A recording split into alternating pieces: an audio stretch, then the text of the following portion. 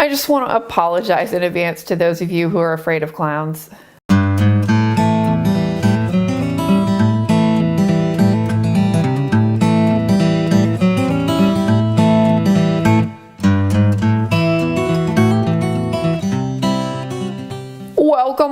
Welcome. It's Monday, which means it's Medical Alert Dog Monday, where I answer your questions about medical alert dog training. As you know, each week I bring you a socialization item, and as you can see, this week's socialization item is clown themed. And the reason why I've chosen clowns is because there's this thing in the news media about the killer clowns, and then there's the It movie coming out, and then there is Halloween coming out as well soon. So it's important to get your dog used to clowns because, if you have a child, a lot of people have children in this world. There could be clowns at birthday parties. There can sometimes be clowns at grand openings of restaurants. So it's important to get your dog used to a clown. And what can be scary about clowns is there's a couple of things that can be scary about a clown. The first is, I didn't do it on this clown makeup here because this was a zombie makeup package because I didn't have a clown makeup package, is the fact that clowns can have really big mouths. So, they have sometimes like mouths that are just gigantic, and that can be sometimes scary for dogs. And the other thing that can be scary for dogs is that clowns are very, they're very big in their movements. They don't walk like a normal person, nor do they move their arms like a normal person. They're very just excited and large with their movements in their body. So it's important that you get your dog used to something that could be moving erratically like a clown. You never know when you can encounter one.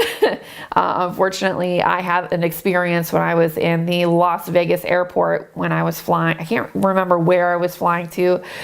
Oh, no, that's what I was going to a Star Trek convention, actually. And as I was walking in the airport with Liam, this posse of clowns literally ran by us trying to catch their airplane.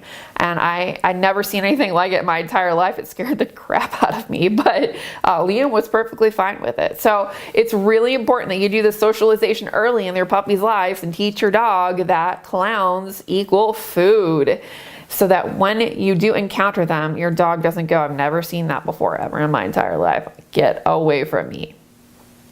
Okay, so all it is, food associated with clowns. Don't feed the clown. Have the clown feed your dog. And I hope you don't mind. I am going to take this nose off for the rest of this video because it doesn't feel very good at all. Anya from Oregon has our question of the week. Anya is actually interested in attending our Seattle December 7th through 10th Diabetic Alert Dog class. That's in 2017 for those of you who are watching this YouTube video outside of the, close time that I posted this. She's actually a little confused as to when she should train her Diabetic Alert dog. So Anya wants to know, do you recommend that the dog be obedience trained first before we begin dad training, or do we do both at the same time? So Anya, this is a really great question because it's asked by almost 100% of the students who want to train their own medical alert dogs. And what you may not know is that the order in which you do your training will negatively affect your dog's ability to be successful in medical alert dog training for the rest of its life. So I encourage you to listen up. To answer your question, Anya, my recommendation is that you do medical alert dog training first, and then secondly, do obedience training. Or if you cannot do that, I recommend doing medical alert dog training and obedience training at the same time. And let me tell you the reasons why. The first reason I recommend that you do medical alert dog training prior to obedience training is because getting your dog up to the point of being a public accessible service dog where it's completely reliable in all situations can take up to 1.5 to 2 years. And what you may not know is that our youngest alerter started alerting at 3 months old. 3 months. That means that person had a dog that would alert them to their medical issues for over a year and a half while they were learning to be an appropriate service dog in the public.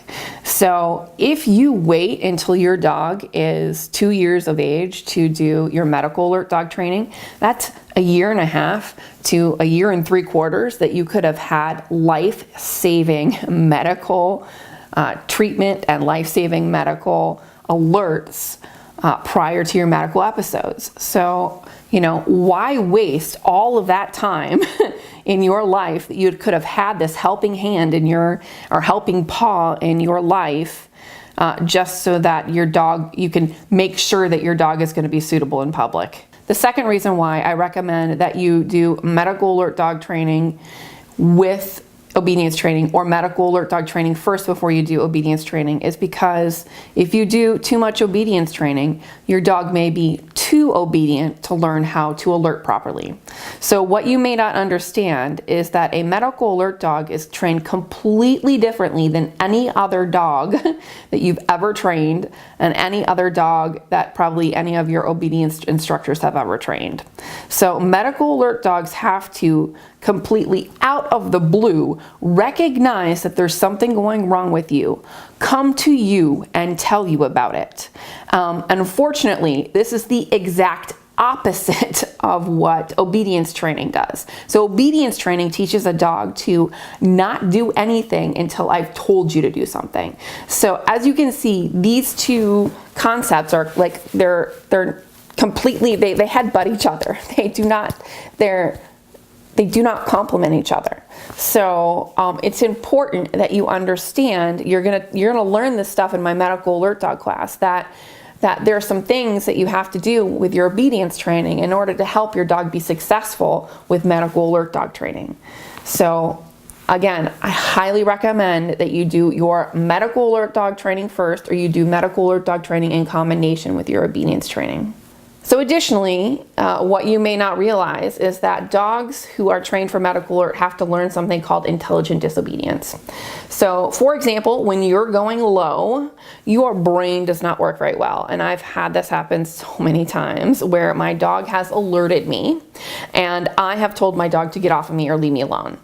And I need my dog to understand that my brain isn't working because I don't have glucose in.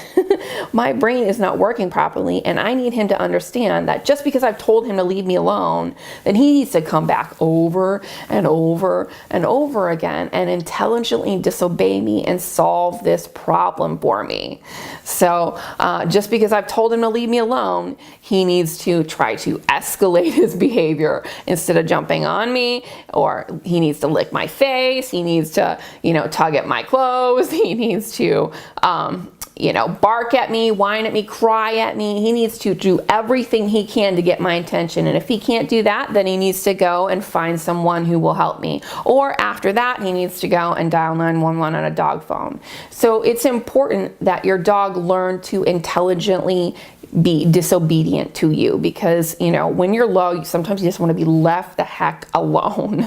And I unfortunately am like that a lot. There are people who get happy when they're low. I am not one of those people. So I have to teach my dog to intelligently disobey what I'm telling them to do. Here's the thing.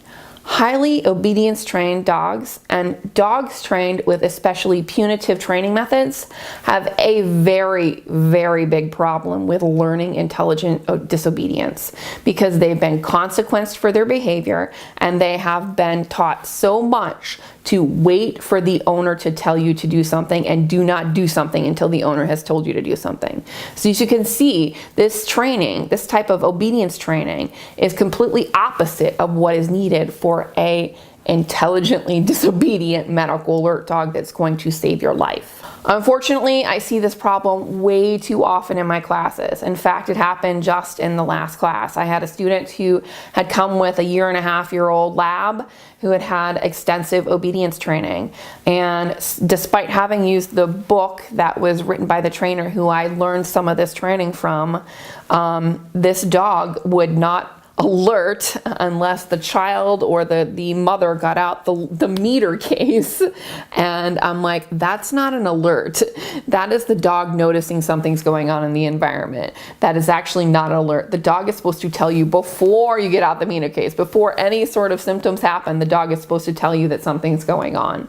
So the reason why this dog was doing it is because he had been obedience trained and had extensive obedience training.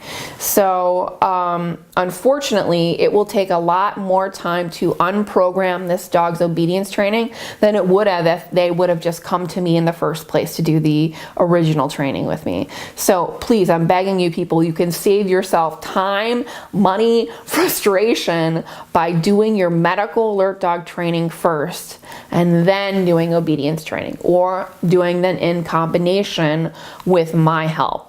So my recommendation is to not wait until your dog is 1.5 to 2 years of age and has an extensive obedience trained history to start your medical alert dog training classes. So here's the deal.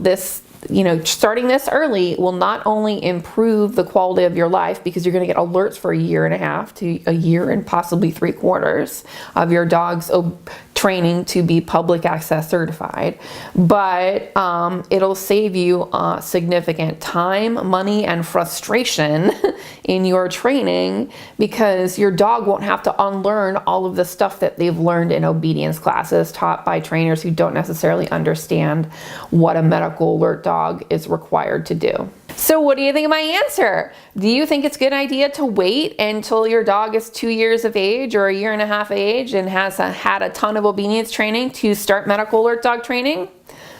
Why or why not? Leave a comment on YouTube or on the website at servicedogacademy.com. We will be holding another medical alert dog class in Seattle. We haven't been in Seattle in 2 years, and I don't know when I'm going to run another one. So if you want to attend this class, you better get on the list. You better get registered, because I expect this class to fill up really quick. It will be December 7th through the 10th in the Georgetown neighborhood of Seattle. If you don't want to come to Seattle, we have one here in the St. Louis metropolitan area, and that class is November 16th through the 19th in 2017. So for more information, just go to the website at servicedogacademy.com. If you, like independence, may be interested in training your own dog from the comfort of your home, you can go to our website at diabeticalertdoguniversity.com and watch the first video on how to train your own medical alert dog for free. If you have a question about training or purchasing a medical alert dog, you can email me at info@servicedogacademy.com, and I will try to answer your question on our next Medical Alert Dog Monday YouTube video. Please be sure to share this video with your friends and subscribe to our email list. It's very easy. All you have to do is go to the bottom of servicedogacademy.com and enter your name and email address into the little boxes down there. And what will happen is, it's really cool. You'll actually be notified when we have new classes and when we post new videos. Want one-on-one attention and can't come to St. Louis? That's okay. Thanks to the internet, the way that you're watching this video here, I can transcend space and time and come into your home live on Skype. So that means I get to see your dog and you get to see my dog, and I get to help you with your medical alert dog training, just like if I was in your actual home. So this is a great way to help you through any training problems that you're having or concerns about medical alert dog training in a personal one-on-one training session. If you would like more information about booking an appointment, go to servicedogacademy.com or email me. I just want to remind you that yes, you can train your own medical alert dog. All it really takes is time, patience, a dog with the right temperament, and working with the right experienced trainer. I now have over 150 medical alert dogs under my belt. Those include narcolepsy, migraines, diabetes, seizures, POTS, and other types of experimental alert dogs. So I hope to see you soon as one of Service Dog Academy's medical alert dog students, so I can help you change your life.